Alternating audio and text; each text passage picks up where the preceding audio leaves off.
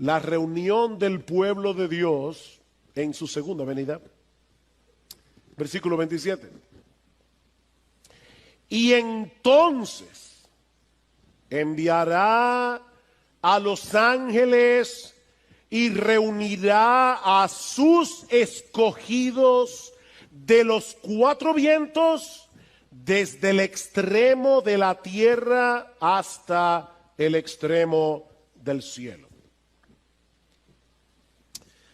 A través de toda la historia de la iglesia, y yo quiero recalcar eso, a través de toda la historia de la iglesia hasta el siglo XIX, los creyentes habían creído prácticamente en unanimidad que el Señor Jesucristo habría de regresar una sola vez a la tierra y que en ese momento la iglesia sería arrebatada para encontrarse con su Señor.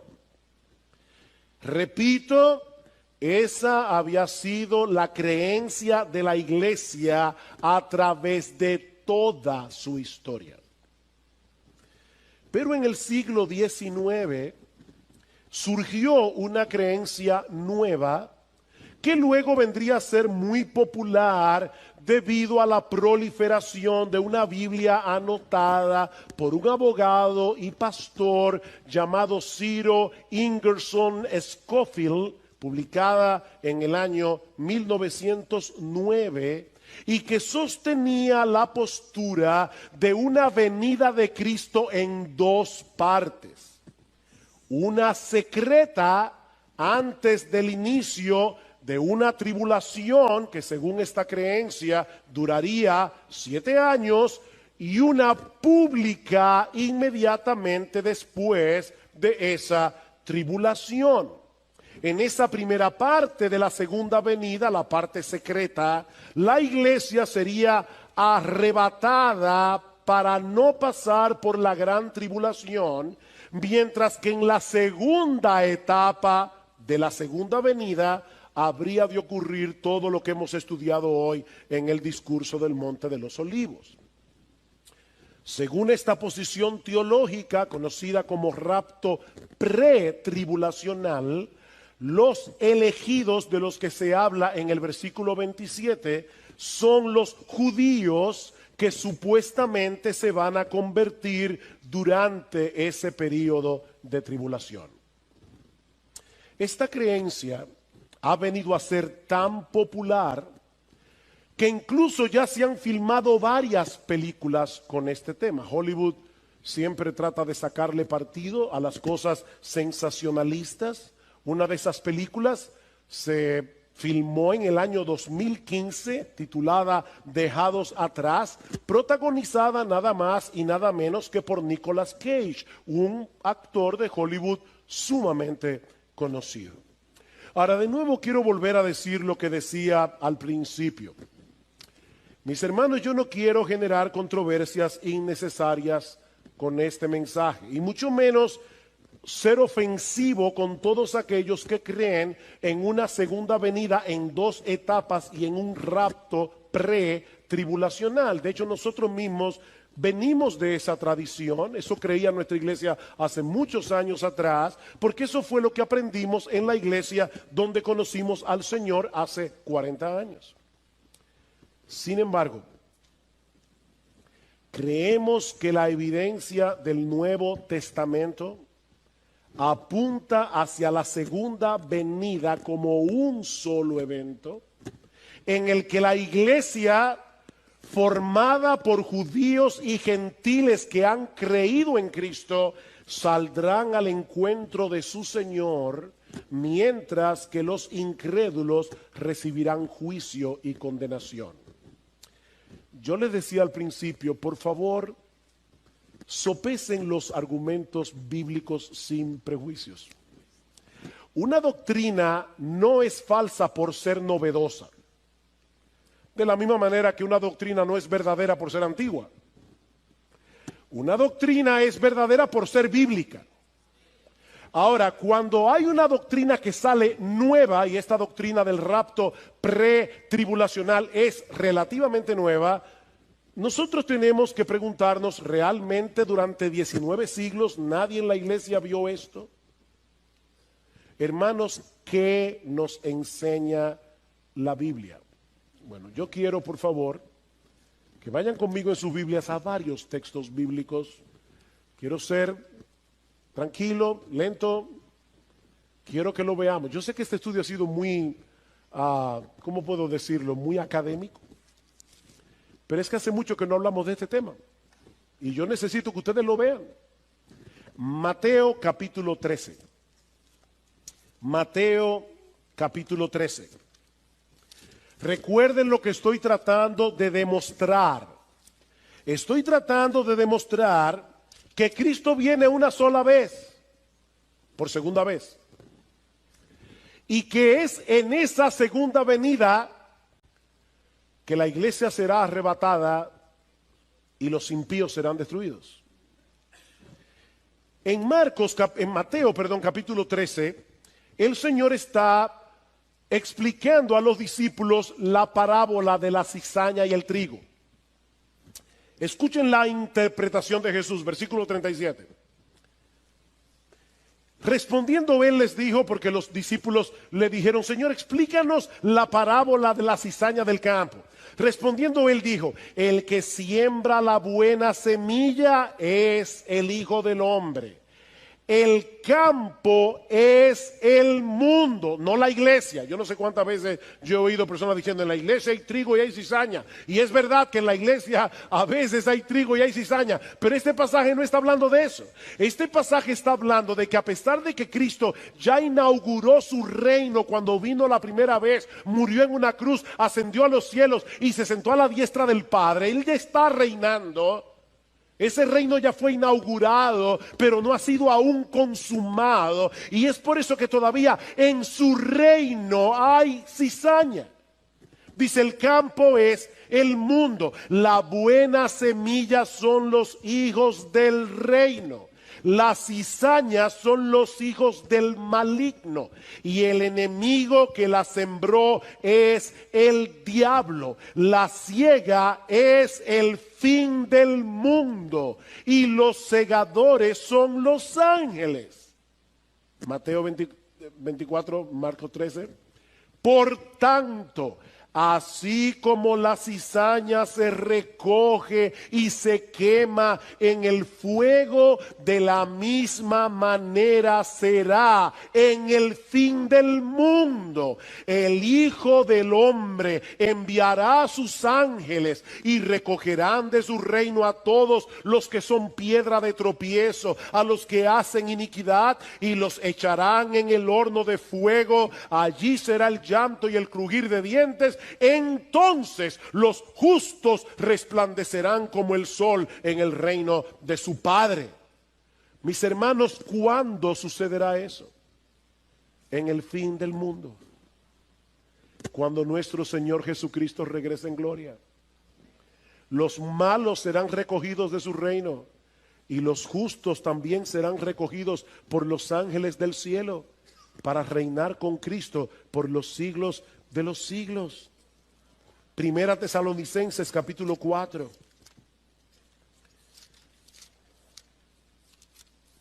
Primera Tesalonicenses capítulo 4.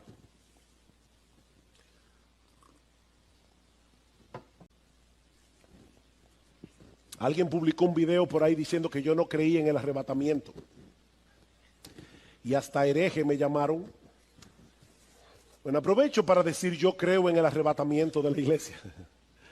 Lo que yo no creo es en un arrebatamiento pretribulacional, pero yo creo en el arrebatamiento de la iglesia porque la Biblia lo dice. Ahora, ¿cuándo sucederá este arrebatamiento? Vean una vez más conmigo. Primera Tesalonicenses 4:13, pero no queremos, hermanos, que ignoréis acerca de los que duermen, para que no os entristezcáis como lo hacen los demás que no tienen esperanza. Porque si creemos que Jesús murió y resucitó, así también Dios traerá con él a los que durmieron en Jesús. Por lo cual os decimos esto por la palabra del Señor, que nosotros, los que estemos vivos y que permanezcamos hasta la venida del Señor, no precederemos a los que durmieron. Pues el Señor mismo descenderá del cielo con voz de mando, con voz de arcángel y con la trompeta de Dios, y los muertos en Cristo se levantarán primero. Entonces nosotros, los que estemos vivos y que permanezcamos, seremos arrebatados juntamente con ellos en las nubes al encuentro del Señor en el aire, y así estaremos con el Señor siempre, no en el aire, sino con el Señor. Por tanto, confortaos unos a otros con estas palabras. Sí, yo sé que ya se acabó el capítulo 4, pero recuerden que la Biblia no se escribió en capítulos, así que sigamos leyendo. Ahora bien, hermanos, con respecto a los tiempos y a las épocas de cuando eso va a ocurrir, no tenéis necesidad de que os escriba nada, pues vosotros mismos sabéis perfectamente que el día del Señor vendrá como un ladrón en la noche. ¿Recuerdan el día del Señor del que habló Pedro? El día del Señor vendrá como un ladrón en la noche, que cuando estén diciendo paz y seguridad, entonces la destrucción vendrá sobre ellos repentinamente como dolores de parto a una mujer que está encinta, y no escaparán. Mis hermanos, cuando yo leo este texto, en su contexto, yo no veo una venida pretribulacional 7 años en secreto y luego una venida pública 7 años más tarde en la que los malos serán destruidos. Pablo está hablando aquí de un día del Señor en el que Cristo viene, los muertos resucitan, los creyentes son arrebatados y los impíos son destruidos. Segunda Tesalónica, capítulo 1. Para mí es importante, hermano, que ustedes lo vean. Así que yo me voy a tomar mi tiempo.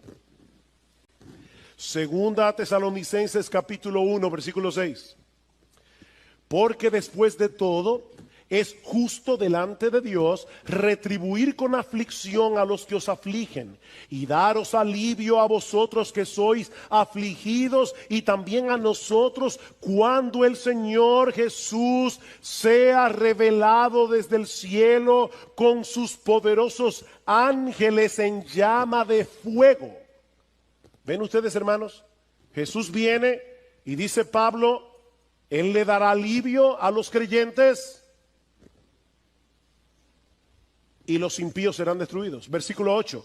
Dando retribución a los que no conocen a Dios y a los que no obedecen al evangelio de nuestro Señor Jesús, estos sufrirán el castigo de eterna destrucción, excluidos de la presencia del Señor y de la gloria de su poder. ¿Cuándo? Cuando Él venga para ser glorificado en sus santos en aquel día y para ser admirado entre todos los que han creído. ¿Dos venidas o una sola?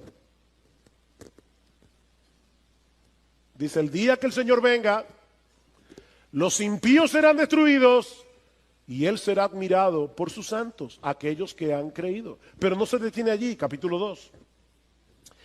Pero con respecto a la venida de nuestro Señor Jesucristo y a nuestra reunión con Él, de paso la palabra que se usa allí, reunión, tiene la misma raíz que la que usa Cristo en Marcos 13, cuando dice que los ángeles reunirán a sus escogidos. Se está hablando aquí del arrebatamiento. Dice, con respecto a la venida de nuestro Señor Jesucristo y a nuestra reunión con Él. ¿Cuál es la teoría del rapto pretribulacional? Viene Cristo en secreto, se lleva a su iglesia y el anticristo comienza a perseguir a los creyentes. 7 años más tarde viene el Señor. ¿Pero es eso lo que enseña este texto? Vean conmigo de nuevo.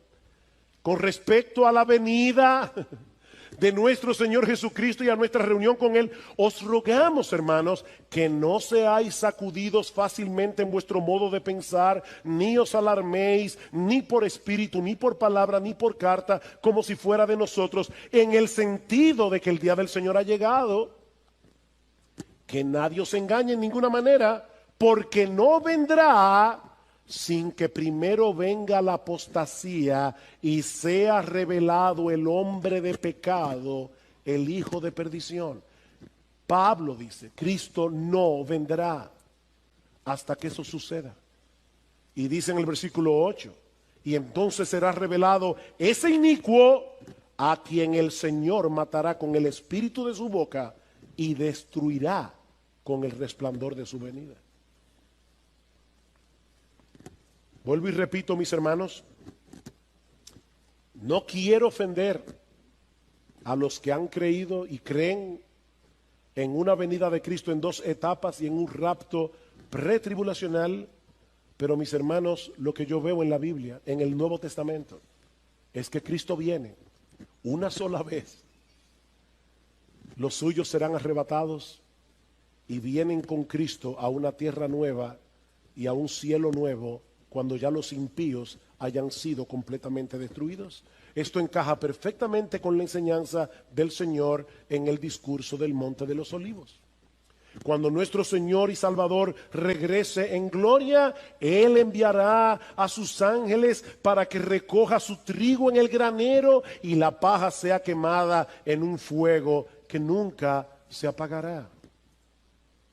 Ahora, yo no quisiera, mis hermanos, que la parte controversial de este mensaje desvíe nuestra atención del hecho de que estamos a la espera del regreso de nuestro bendito Señor y Salvador. En eso estamos de acuerdo, ¿verdad? Dice el pastor Albert Martin acerca de este capítulo: lo que es más importante en este capítulo está claro: Cristo viene. Y lo que está claro debe dominar nuestros pensamientos. Mis hermanos, Cristo viene. Por más que el mundo se burle de esa expresión, como dice Pedro en su segunda carta, el día llegará cuando los cielos se estremecerán y todos verán al Hijo del Hombre viniendo en las nubes con poder y gran gloria. Y así como se cumplieron al pie de la letra cientos de profecías que anunciaban la primera venida de Cristo, mis hermanos, así podemos tener completa certeza de que Él regresará por segunda vez para ser admirado entre todos los que han creído, como dice Pablo. Mis hermanos, esa es nuestra esperanza. Esa es nuestra esperanza, que algún día estaremos físicamente con nuestro Señor y Salvador para no separarnos de Él nunca más.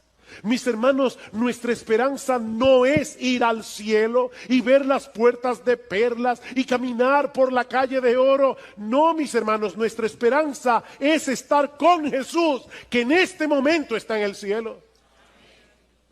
Hablando de los creyentes en Tesalónica, Pablo les dice que ellos se habían convertido de los ídolos a Dios. ¿Para qué? Para servir al Dios vivo y verdadero y esperar de los cielos a su Hijo. ¿Tú escuchaste eso? La verdadera conversión consiste en dos cosas. En la verdadera conversión, los ídolos del corazón son destronados para colocar a Dios en el trono de nuestras almas como el objeto máximo de nuestro deleite. Pero al mismo tiempo la conversión redirige, replantea por completo el objeto de nuestra esperanza. Nosotros nos convertimos para esperar de los cielos a su Hijo. Para eso nos convertimos. Para tener esa esperanza. Todos los seres humanos viven por una esperanza. Eso es lo que los motiva a levantarse por la mañana. Eso es lo que los lleva a hacer todo lo que hacen cada día. Bueno, mis hermanos, lo que Pablo está diciendo aquí es que uno de los resultados de la salvación es llevarnos a esperar en la segunda venida de Cristo por encima de cualquier esperanza terrenal. Sí, hay muchas cosas legítimas que nosotros podemos esperar en esta vida. Pero ninguna de ellas puede competir con esa esperanza. El Señor descenderá del cielo y nosotros nos reuniremos con Él. Y yo te pregunto, mi hermano, ¿es esa tu esperanza? ¿O hay muchas cosas de este mundo que han comenzado a eclipsar tu anhelo por la segunda venida de Cristo? Mi hermano, ¿cuándo fue la última vez que tú te levantaste por la mañana y pensaste, podía ser hoy? Puede ser hoy. Oh, yo quiero que sea hoy. Oh, si ven, Señor Jesús, como dice Juan en el Apocalipsis. Porque mi hermano, si no es así, tu vida espiritual está en peligro. Si tú no estás viviendo a la luz de la esperanza de la segunda venida, mi hermano, tu vida espiritual está en peligro. Pablo dice en Tito capítulo 2, me encanta este pasaje, que la gracia de Dios se ha manifestado para salvación a todos los hombres, enseñándonos que renunciando a la impiedad y a los deseos mundanos, vivamos en este siglo sobria, justa y piadosamente. Dice John Piper, hay personas que dicen, es que los cristianos que viven esperando la segunda venida se olvidan de las cosas aquí abajo. No. Esperar la segunda venida nos motiva a estar activos en la iglesia, nos motiva a predicar el evangelio, nos motiva a buscar la gloria de Dios en todo lo que hacemos, aún en nuestras vocaciones terrenales. No, dice Piper, el problema no es que nosotros estemos pensando demasiado en el cielo, es que estamos pensando demasiado en el mundo. Dice que la gracia de Dios nos enseña a renunciar a la impiedad y a los deseos mundanos y vivamos en este siglo sobria, justa y piadosamente, aguardando la esperanza bienaventurada y la manifestación gloriosa de nuestro gran Dios y Salvador Jesucristo. ¿Saben por qué muchas veces los que profesan ser cristianos se ven tan mundanos? Bueno, en muchos casos es porque no son cristianos, pero en otros casos es porque han perdido de vista la segunda venida del Señor, la segunda venida de Cristo. ¿Cómo debería vivir un cristiano que se levanta todos los días de su vida diciendo, Señor, estas próximas 24 horas las voy a vivir como si fuera a encontrarme contigo al final del día?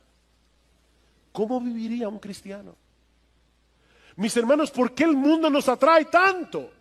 Porque hemos perdido de vista esa esperanza, la esperanza de estar con nuestro Señor. Eso es lo que motiva al creyente a vivir en santidad. Eso es lo que motiva al creyente a hacer buenas obras. El hecho de aguardar esa esperanza bienaventurada. Algún día estaremos con nuestro Señor y echaremos nuestras coronas a sus pies en eterna gratitud por habernos comprado con su sangre y por habernos atraído hacia Él con cuerdas de amor. ¿Se dieron cuenta, como dice Pablo en 2 Tesalónica 2:1, la venida de Cristo y nuestra reunión con Él? No es una película fantástica la que estamos, yo quisiera ver cómo los cielos se enrollan como un pergamino. Olvídate de eso. Esas son las cosas que acompañarán la segunda venida, pero eso no es importante. Lo importante es que Cristo viene y nosotros estaremos con Él. Nuestra reunión con Él, dice Pablo, y así estaremos siempre con el Señor.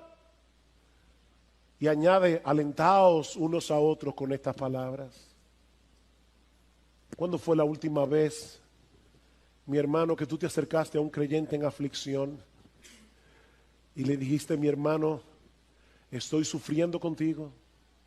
Yo sé lo que tú estás pasando, pero no te olvides, hay una luz al final del túnel porque Cristo viene. ¿Cuándo fue la última vez que tú alentaste a alguien con esas palabras? Porque Pablo dice, alentaos unos a otros con estas palabras. Hermanos, Cristo viene. Y yo te pregunto una vez más, mi amigo, ¿es esa tu esperanza? Miembro de Iglesia Bíblica del Señor Jesucristo, ¿estás aguardando con expectativa el retorno de tu Señor? ¿Estás velando, estás orando, estás ocupado en buenas obras?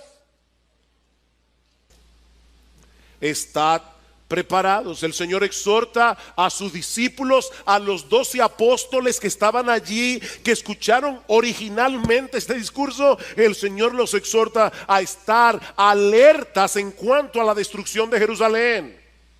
Versículos 28 al 31. Pero a partir del versículo 32, Cristo exhorta a su iglesia en general a estar preparados para su regreso, porque no sabemos cuándo será. Con esto en mente, veamos ahora la primera parte de este pasaje, versículo 28. De la higuera aprended la parábola. Cuando ya su rama está tierna y brotan las hojas, sabed que el verano está cerca. Tan pronto comienzan a brotar las ramas y las hojas de la higuera, es un indicativo de que el verano está cerca. Y de paso, mis hermanos, no hay que buscarle las 5 patas al gato. Algunas personas dicen, la higuera es Israel, y por lo tanto allí está hablando de cuando Israel vuelva a constituirse como nación. Y eso sucedió en el año 1948 con una resolución de la ONU. Entonces iban a pasar 40 años para la venida del Señor. Así que algunas personas geniales, guruses de la profecía, dijeron: Cristo viene en el año 1988. Estamos en el 2017 y no ha vuelto. Mis hermanos, la higuera allí no significa otra cosa que una mata de higuera. De hecho, si buscan el pasaje paralelo en el Evangelio de Lucas, verán que dice: de la higuera y de los otros árboles aprended la parábola. No hay nada especial en la higuera aquí. Es simplemente una observación de sentido común, que iba a ser entendida por todas las personas que vivían en esa región del planeta. Pues de la misma manera, dice el Señor, tan pronto viereis la abominación desoladora puesta donde no debe estar, como dice en Marcos capítulo 13 versículo 14, cuando viereis que la ciudad de Jerusalén está siendo sitiada, como dice en Lucas capítulo 21 versículo 20, sabed que la destrucción está cerca.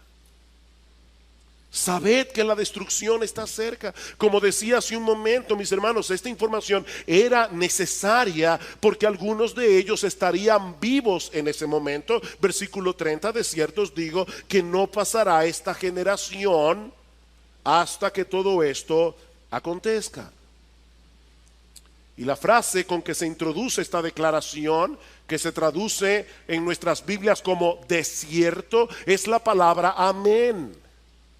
Amén, amén os digo. Es una declaración que tiene una certeza absoluta, es una declaración solemne. Lo que el Señor está diciendo a los discípulos que estaban incrédulos, pensando: ¿y de verdad el templo será destruido? La casa de Dios, ese edificio tan masivo, será destruido de tal manera que no quedará piedra sobre piedra. Cristo dice: amén, solemnemente os digo que esta generación no pasará antes del cumplimiento de esta profecía. Y fue exactamente así.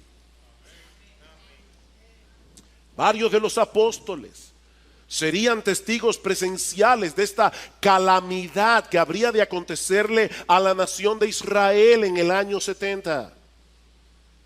Aunque el cumplimiento de esta profecía parecía algo imposible en ese momento, el Señor quiere desarraigar de la mente de los discípulos cualquier duda que ellos pudieran estar albergando en sus corazones. Versículo 31, el cielo y la tierra pasarán, pero mis palabras no pasarán. ¿A ustedes les parece de verdad increíble que el templo sea destruido? No, déjenme decirles ahora algo más increíble. El cielo y la tierra pasarán. No el templo, no. El cielo y la tierra, el universo entero pasará. Pero mis palabras no pasarán. No pasarán. Ya Cristo había dicho en el versículo 24, el sol se oscurecerá, la luna no dará su resplandor, las estrellas caerán del cielo, las potencias que están en los cielos serán conmovidas, el cielo y la tierra pasarán, mis hermanos, para dar paso a los nuevos cielos y la nueva tierra. Dice en 2 de Pedro capítulo 3 versículo 10 que el día del Señor, y por el contexto sabemos que el día del Señor es el día de la segunda venida de Cristo. El día del Señor vendrá como ladrón en la noche, en el cual los cielos pasarán con grande estruendo, los elementos ardiendo serán deshechos, y la tierra y las obras que en ellas hay serán quemadas. Es por eso que la segunda venida y el fin del mundo coinciden. Mis hermanos, ¿qué está describiendo Cristo aquí? La segunda venida. ¿Qué va a pasar después de la segunda venida? ¿Un reino de 1000 años? No. Lo que va a suceder después de la segunda venida de Cristo es cielos nuevos y tierra nueva. Pero nosotros, dice Pedro, esperamos según sus promesas cielos nuevos y tierra nueva, en los cuales mora la justicia. Nos parece difícil imaginar algo así. El cielo y la tierra parecen tan estables. El cielo y la tierra parecen tan inamovibles. Y sin embargo pasarán. Pero, y este es el énfasis de las palabras de Jesús en este versículo, mis palabras no pasarán. Las palabras de Cristo tienen un cimiento inamovible, porque son las palabras del Dios encarnado. Y tal parece que hay una conexión intencional aquí entre lo que dice el Señor en Marcos 13 con lo que dice el profeta Isaías en Isaías capítulo 40 versículo 8. Dice: sécase la hierba, marchítase la flor, mas la palabra del Dios nuestro permanece para siempre. La palabra de Cristo es la palabra de Dios, porque Cristo es Dios. Y esa palabra es segura, porque Dios es eterno, porque Dios es veraz, porque Dios es fiel, porque Dios es inmutable, porque Dios tiene todo el poder para hacer lo que Él quiere hacer. Así que cuando Dios dice esto va a suceder, mira, tú puedes estar completamente seguro, eso va a suceder. Así que no solo Jerusalén y el templo serían destruidos, tal como Jesús lo había predicho. No, todo el universo experimentará un cataclismo cuando nuestro Señor y Salvador regrese en gloria. Y mi amigo, déjame decirte algo, ya lo primero se cumplió. Ya Jerusalén fue destruida, ya el templo fue destruido, ya los judíos fueron castigados y enviados a todas las naciones, eso ya pasó. Y Jerusalén ha sido hollada por los gentiles, eso ya pasó. Llegó el tiempo de los gentiles, el tiempo del evangelio abierto para los gentiles, eso ya pasó. Así que tú puedes estar completamente seguro de que lo otro pasará también. Nuestro Señor Jesucristo volverá. Y de ahí la exhortación o las exhortaciones que encontramos en los versículos 32 al 37, versículo 32. Pero, de aquel día y la hora nadie sabe. En cuanto a la destrucción de Jerusalén, no se preocupen, no pasará esta generación hasta que todo esto pase. Ustedes verán la abominación desoladora. Jerusalén será sitiada de ejércitos. Ahora, en cuanto a aquel día, al día de mi segunda venida, el día y la hora nadie sabe, ni aun los ángeles que están en el cielo, ni el Hijo, sino el Padre. Mirad, velad y orad, porque no sabéis cuándo será el tiempo. Miren, mis hermanos, el Señor no pudo haber sido más explícito en este pasaje en cuanto al hecho de que su segunda venida está velada para todo el mundo, excepto para el Padre. excepto para el Padre. El texto comienza con una declaración general, pero de aquel día y la hora nadie sabe. Pastor, ¿y qué significa en griego la palabra nadie? ¿Significa nadie? Nadie. ¿Quién lo sabe? Nadie. A nadie le ha sido revelado por el Padre el tiempo de la segunda venida. A pesar de eso, a lo largo de la historia siempre han aparecido individuos que claman tener ese conocimiento. Y algunos son tan geniales que, para no parecer que están violando la clara declaración del Señor, aquí dice, no, no, no. Lo que no se puede saber es el día y la hora, pero sí se puede saber el mes o el año.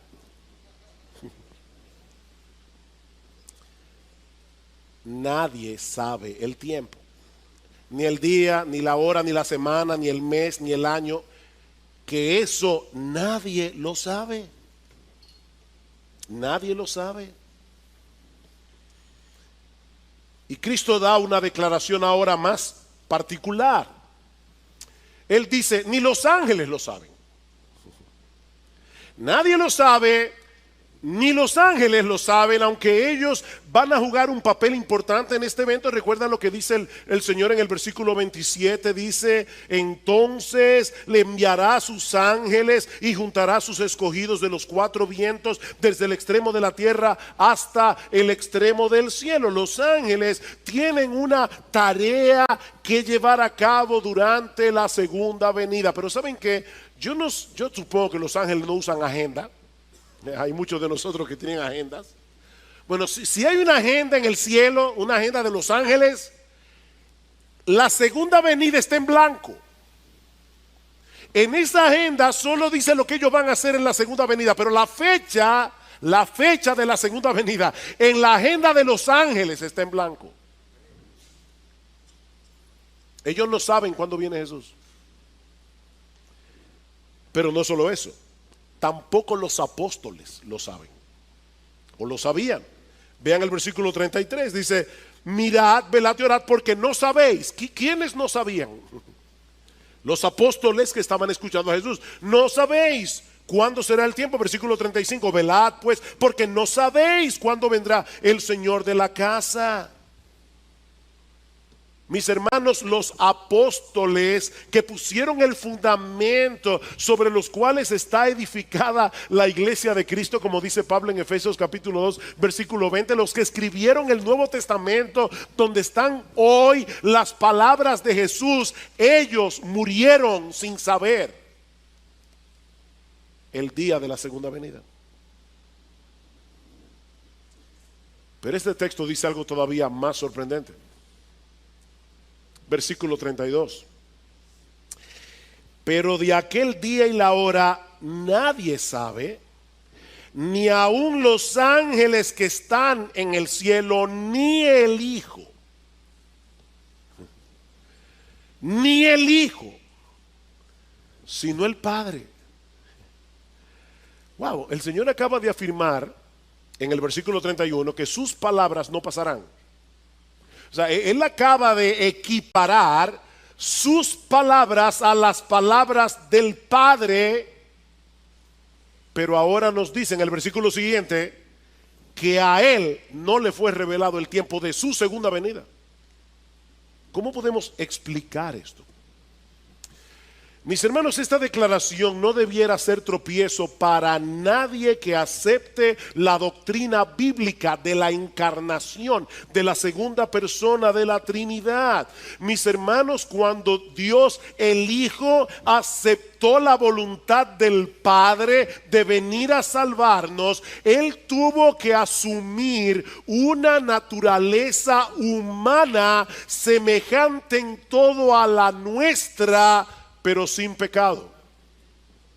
Cristo era 100% Dios y 100% hombre. Él poseía en su persona todas las características que hacen que Dios sea Dios y todas las limitaciones que son propias del ser humano. Una sola persona, dos naturalezas.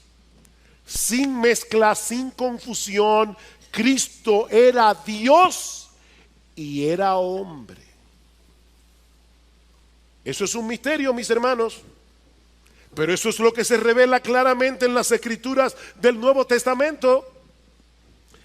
Cristo no se hizo menos Dios al hacerse hombre, pero tampoco era una especie de Superman por el hecho de que era Dios. No, no, no, mis hermanos. Él se hizo hombre con todo lo que eso implica, excepto el hecho de que él nunca pecó. Porque de no haber sido así, él no habría podido dar su vida por nosotros en la cruz del Calvario, porque Dios no puede morir. Dios no puede morir. Pero el Señor Jesucristo expiró en la cruz. No fue un simulacro de muerte lo que él experimentó allí. No. Jesús experimentó una muerte real y verdadera como cualquier otra muerte. Predicando en el pórtico de Salomón, en Hechos capítulo 3, versículo 15, Pedro acusa a los judíos de haber matado al autor de la vida. Ese texto siempre me ha chocado. Ustedes mataron al autor de la vida. ¿Cómo puede ser posible que simples criaturas del polvo hayan podido matar al que creó todas las cosas, incluyendo la vida misma? Mis hermanos, la naturaleza humana que asumió el Hijo de Dios era humana, era verdaderamente humana. Y los seres humanos mueren. Y los seres humanos no lo saben todo. Es en su condición de humillación que Cristo afirma en este pasaje no conocer el tiempo de su venida. Mis hermanos, en su condición humana, Jesús conocía únicamente lo que el Padre quiso que él supiera. ¿Oyeron eso? En su condición humana, Jesús, el Hijo de Dios, sabía únicamente lo que el Padre quería que él supiera. Hasta ese punto de dependencia y de humillación llegó el Hijo de Dios al encarnarse. Juan capítulo 12, versículo 49, porque yo no he hablado por mi propia cuenta. El Padre que me envió, Él me dio mandamiento de lo que he de decir y de lo que he de hablar. Wow. El Padre me dijo, mira, mi hijo, esto es lo que tú vas a decir cuando estés en la tierra. Hasta ese punto de dependencia, de obediencia, de humillación, llegó el Hijo de Dios para salvarte a ti y a mí. Más adelante, Juan capítulo 15, versículo 15. Escuchen este versículo con atención. Dice el Señor a sus discípulos: ya no os llamaré siervos, porque el siervo no sabe lo que hace su Señor, pero os he llamado amigos, porque todas las cosas que oí de mi Padre os las he dado a conocer. Y el tiempo de su segunda venida no fue una de esas cosas. El Padre no le reveló eso a Jesús durante su encarnación. Y, hermanos, esto es una lección para nosotros en cuanto a la aceptación de la voluntad de Dios. Porque no vemos en la Biblia a Jesús diciendo: Padre, por favor, es mi segunda venida, es el tiempo de mi glorificación, por favor, dime un tips de cuándo es.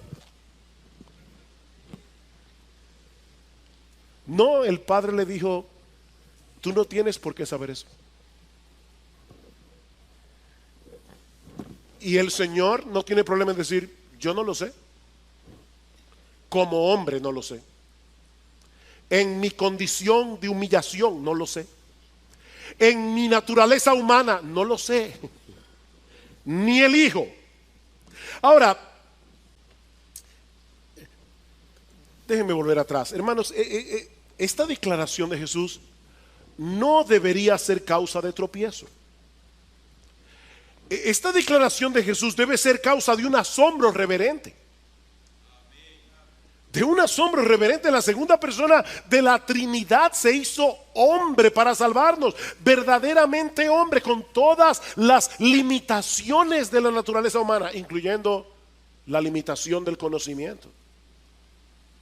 Porque de no haber sido así, Cristo no nos hubiera podido salvar. Él tenía que ser Dios y hombre, no Dios hombre, porque eso ya sería una tercera categoría. Ni Dios ni hombre, es Dios hombre. No, Él no es Dios hombre, Él es Dios y hombre. Él lo sabe todo, no lo sabe todo. Él es todopoderoso, es débil y murió en debilidad. Es eterno y murió en la cruz. Puede estar en todas partes y no puede estar en todas partes. Pastor, explíqueme eso. No puedo. No puedo. Eso es un misterio. Pero eso es lo que dice la Biblia. Ahora, de paso, hermanos, esta es una prueba contundente a favor de la integridad de las Escrituras. Piensen en esto. Cuando se escribieron los evangelios, la iglesia estaba por todo el imperio romano predicando que Jesucristo, siendo Dios, se hizo hombre para salvarnos. Si los apóstoles no hubieran sido inspirados por el Espíritu Santo y ellos hubieran inventado lo que escribieron en los evangelios, miren, probablemente ellos no hubieran puesto ese versículo ahí. Porque ellos sabían que eso podía atentar contra la deidad de Cristo, como de hecho hacen los testigos de Jehová en el día de hoy, que son unos herejes, porque no creen que Cristo es Dios. Eso es una herejía. Pero ellos fueron inspirados por el Espíritu Santo, y por lo tanto ellos escribieron con exactitud lo que Jesús dijo. Y lo que Jesús dijo es que del día y la hora nadie sabe, ni el Hijo sino el Padre. Y ellos escribieron eso inspirados por el Espíritu Santo. Versículo 33. ¿Qué debemos hacer ante esta realidad de que no sabemos el tiempo de la venida? Mirad, velad y orad, porque no sabéis cuándo será el tiempo. Mirad, velad y orad. Como nadie puede saber con certeza que no será en este año, que no será en el otro, mirad, velad y orad. Alguien me preguntaba el domingo pasado, dos jovencitas de aquí de la iglesia, me preguntaron: pastor, pero si Jesús dijo que este evangelio debía ser predicado a todas las naciones, ¿no es eso una señal de que Jesús no puede venir pronto? Porque hay muchas naciones no alcanzadas. Mi respuesta fue: no necesariamente. Porque lo que Jesús dice literalmente en este pasaje es que el evangelio debe llegar a todas las etnias del planeta, a todas las etnias del planeta. Y lo cierto es que hay algunas de esas etnias que hoy están entre el grupo de las no alcanzadas, que en algún punto de la historia recibieron ya el evangelio. Muchos de los países de Medio Oriente que hoy son musulmanes ya recibieron el evangelio en el siglo primero, segundo, tercero, cuarto. Ya se les predicó el evangelio, ya llegó el evangelio ahí. Pero por otro lado, mis hermanos, nuestro Dios es todopoderoso y Él puede mover el corazón de los suyos a un movimiento misionero tan grande que en muy poco tiempo las etnias que Cristo tenía en mente cuando Él dijo eso sean alcanzadas. Así que ¿saben qué, mis hermanos? Nosotros no sabemos cuándo vendrá Jesús. No lo sabemos. Por lo tanto, mirad, velad y orad, porque aparte de todo, la segunda venida de Cristo es el próximo gran evento en el calendario de la historia de la redención. Eso es lo que estamos esperando. Por lo tanto, dice Cristo, mirad, es decir, debemos prestar atención. Segundo, velad, es decir, debemos mantenernos alertas. Y tercero, debemos orar. La palabra que se traduce aquí como velar es lo contrario de estar dormidos. Mis hermanos, ¿qué es lo que pasa cuando nosotros estamos dormidos? que perdemos contacto con la realidad, ¿no es así? Tú estás dormido. Un individuo puede tener un mal matrimonio, puede tener un montón de deudas, puede ser que mañana lo boten del trabajo, pero si él logra conciliar el sueño, él pierde contacto con esa realidad. Los problemas siguen ahí, pero él está durmiendo. Aunque los problemas siguen ahí, él pierde contacto con la realidad. Mis amados hermanos, miembros de Iglesia Bíblica del Señor Jesucristo, eso es precisamente lo que ocurre con aquellos que están dormidos espiritualmente. Están rodeados de peligros, peligros que amenazan su vida espiritual, peligros que amenazan su utilidad en el reino, pero ellos están ajenos a esa realidad. Ellos están durmiendo. De ahí la exhortación de Jesús. Presten atención, despiértense de ese sopor espiritual.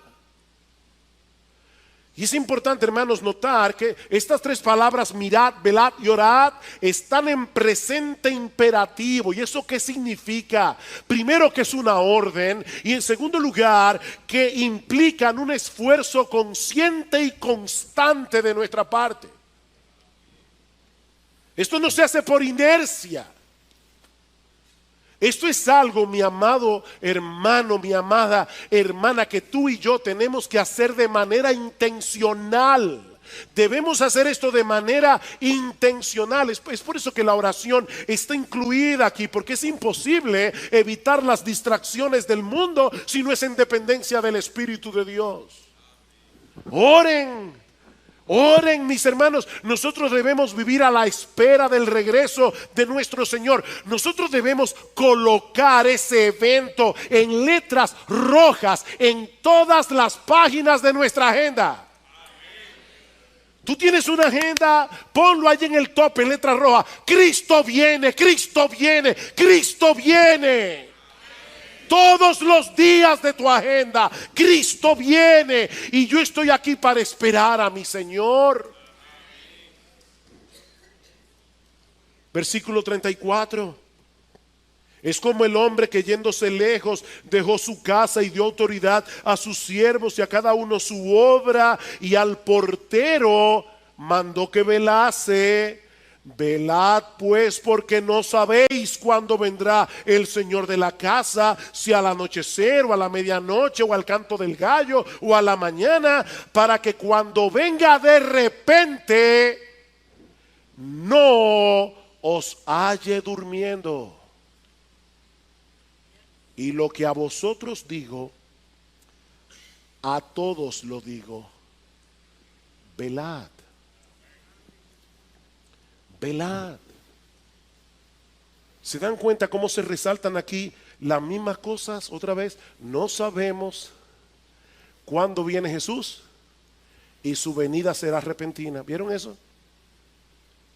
Para que cuando venga de repente no os halle durmiendo. Cada uno debe mantenerse espiritualmente despierto para poder hacer lo que Cristo le encargó que hiciera, de acuerdo a sus dones, de acuerdo a sus oportunidades. Mi hermano, tú fuiste salvado por Cristo para hacer algo. Él te dio dones.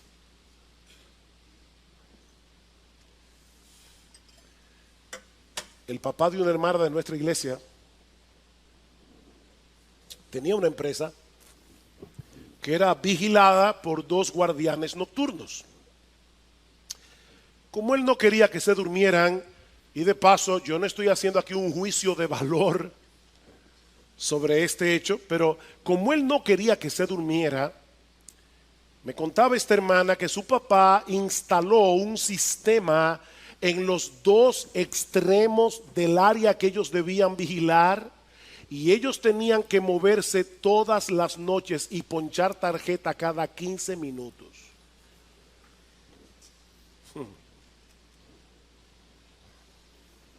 Cada 15 minutos. ¡Pah! Y volver otra vez la noche entera. La noche entera. ¿Saben qué, mis hermanos? Nuestro Dios en su gracia ha instalado un sistema para que tú y yo nos mantengamos despiertos, espiritualmente despiertos. Nuestro Dios nos ha dado todos los recursos espirituales que nosotros necesitamos, pero ¿sabes qué, mi queridísimo hermano, hermana de IBCJ? Nadie puede hacer uso de esos recursos por ti. Eres tú el que debes mantenerse despierto. Eres tú. Eres tú el que tienes que leer diariamente su palabra. Porque la palabra es lo que nos da una dosis de realidad. La palabra de Dios. Nosotros tendemos como a ser pajaritos en el aire, pero la palabra de Dios nos aterriza. Sed sobrios y velad, porque vuestro adversario el diablo, como león rugiente, anda alrededor buscando a quien devorar. Sed sobrios, tengan buen juicio, porque estamos en una batalla y el enemigo que tenemos en contra es un enemigo formidable. Sed sobrios. No estamos en un picnic en el Parque Mirador, estamos en un campo de batalla. No aflojes tu fusil y no te duermas, que te pueden dar un tiro en la cabeza cuando menos te lo esperas. Sed sobrios y orad, porque es a través de la oración que nosotros obtenemos la ayuda necesaria para enfrentar al enemigo. Mi hermano, tú quieres permanecer despierto, mantente cerca de la palabra, mantente cerca de la oración, porque no hay otra manera. Pero tampoco te alejes de la iglesia. Tampoco te alejes de la iglesia. Hay muchos que creen que pueden vivir sus vidas cristianas independientes de los demás. Pero mis hermanos amados, Dios no diseñó la vida cristiana para que funcione en aislamiento. Dice el autor de la carta a los Hebreos, y está advirtiendo precisamente en contra de la apostasía, dice: mantengan firme y sin fluctuar la profesión de nuestra esperanza, porque fiel es el que prometió. ¿Saben lo que dice inmediatamente después? Y consideremos unos a otros para estimularnos al amor y a las buenas obras, no dejando de congregarnos como algunos tienen por costumbre, sino exhortándonos, y tanto más cuando veis que aquel día se acerca. Ante la realidad de que nos acercamos cada vez más al encuentro de nuestro Señor, no dejemos de congregarnos, para que podamos estimularnos unos a otros al amor y a las buenas obras. Necesitamos el cuerpo de Cristo para mantenernos alertas, para mantenernos despiertos. Necesitamos exponernos a la predicación de la palabra. Necesitamos exponernos a las ordenanzas del Señor, como lo haremos esta noche, celebrando la Santa Cena. Oh, mis hermanos, despojémonos de todo peso y del pecado que nos asedia, para que podamos seguir corriendo con paciencia la carrera que tenemos por delante, porque muy pronto veremos a nuestro Señor. Despierta, mi hermano, si estás durmiendo. Despierta. Mantente alerta si estás despierto, pero no dejes de velar. Coloca delante de tus ojos ese día señalado en la agenda de Dios, para que nada te distraiga. Cristo viene. Oh, Cristo viene. Y levantarse cada mañana diciendo: ojalá fuera hoy. Ojalá fuera hoy. Hay veces que por razones ministeriales uno tiene que salir de viaje sin la esposa. Y cuando ya se acerca el día del vuelo de regreso a casa, uno está a veces tan emocionado por volver a casa y ver a la familia que uno no puede dormir. ¿No les ha pasado eso? Uno no puede dormir. Nuestro bendito Señor vuelve. Y nosotros estaremos para siempre con Él. Dice en Hebreos capítulo 9 versículo 28 que Cristo, habiendo sido ofrecido una vez para llevar los pecados de muchos, aparecerá por segunda vez sin relación con el pecado, para salvación de los que ansiosamente le esperan, dice el texto literalmente. Los que ansiosamente le esperan. Ese tipo de espera es lo opuesto al olvido. Ese tipo de espera es lo opuesto a la apatía. Es lo opuesto al descuido. Es lo opuesto a la distracción. Y yo te pregunto, mi amado hermano, ¿estás esperando ansiosamente a tu Señor? Ansiosamente, aguardando intensamente ese bendito día en que nos encontraremos con Él y veremos su rostro. ¿O te has dejado arropar por el olvido, la apatía, el descuido, la distracción por las cosas de este mundo?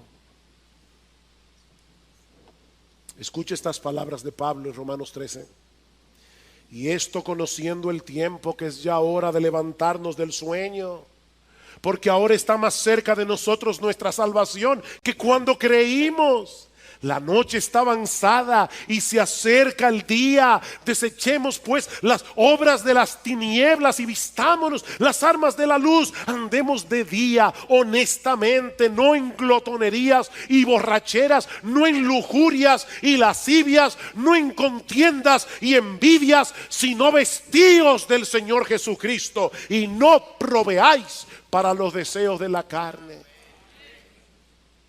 Despierta, mi hermano, deja esa mundanalidad. Desconéctate de todo eso que está adormeciendo tus sentidos espirituales y espera ansiosamente la venida de tu Señor. Y si tú estás aquí sin Cristo en esta mañana, yo quiero exhortarte a que te ampares en su gracia perdonadora, porque mi amigo, todavía estás a tiempo. Cristo es y seguirá siendo un gran Salvador hasta que Él regrese en gloria.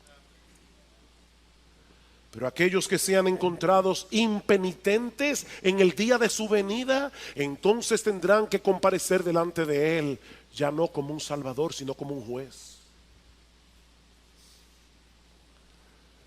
Oh, mi amigo, que no te quepa la menor duda de que todas las profecías de la segunda venida de Cristo se van a cumplir, así como se cumplieron todas las que tenían que ver con su primera venida.